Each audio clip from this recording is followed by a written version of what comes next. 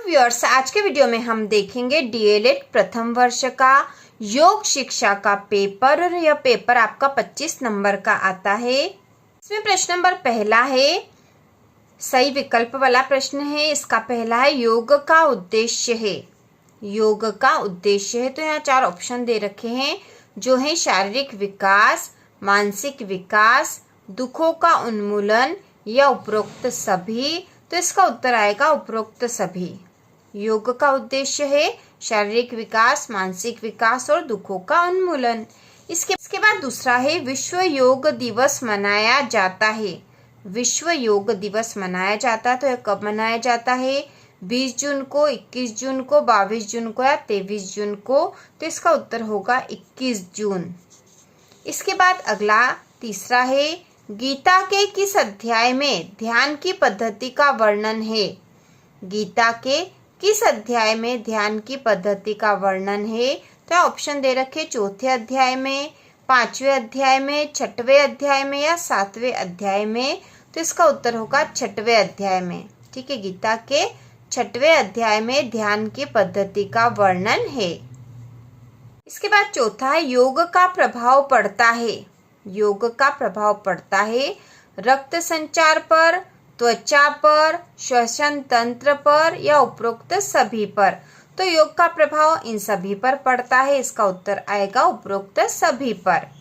इसके बाद 5वां है शरीर की रचना एवं उसके विभिन्न अंगों के संबंधों का अध्ययन किया जाता है।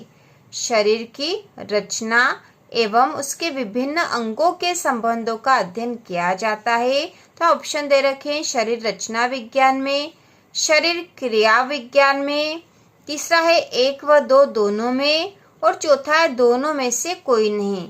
तो इसका उत्तर होगा तीसरा 1 व 2 दोनों में। शरीर रचना विज्ञान में और शरीर क्रिया विज्ञान में दोनों में ही शरीर की रचना और उसके विभिन्न अंगों के संबंधों का अध्ययन किया जाता है।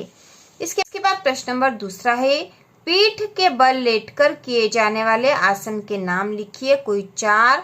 तीसरा है योग के कोई 4 उद्देश्य लिखिए। तो ये 2-2 नंबर के प्रश्न हैं। इसके बाद चौथा प्रश्न भी हम देखेंगे।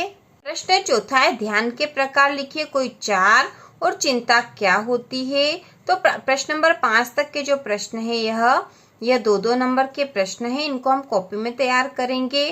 प्रश्न नंबर दूसरा है पीठ के बल लेटकर किए जाने वाले आसन के नाम लिखिए, कोई 4। तो इसका उत्तर होगा पीठ के बल लेटकर किए जाने वाले आसन है शवासन, सुप्त पवन मुक्तासन, बालासन और पाद चलनासन। इसके बाद तीसरा प्रश्न है योग के 4 उद्देश्य लिखिए। तो योग के 4 उद्देश्य हमने यहाँ लिखे हैं। पहला है मन की शांति योग का प्रमुख उद्देश्य है। दूसरा है योग से तनाव मुक्त जीवन मिलता है। तीसरा है रोग मुक्त शरीर और चौथा योग से जीवन का सर्वांगीण विकास होता है।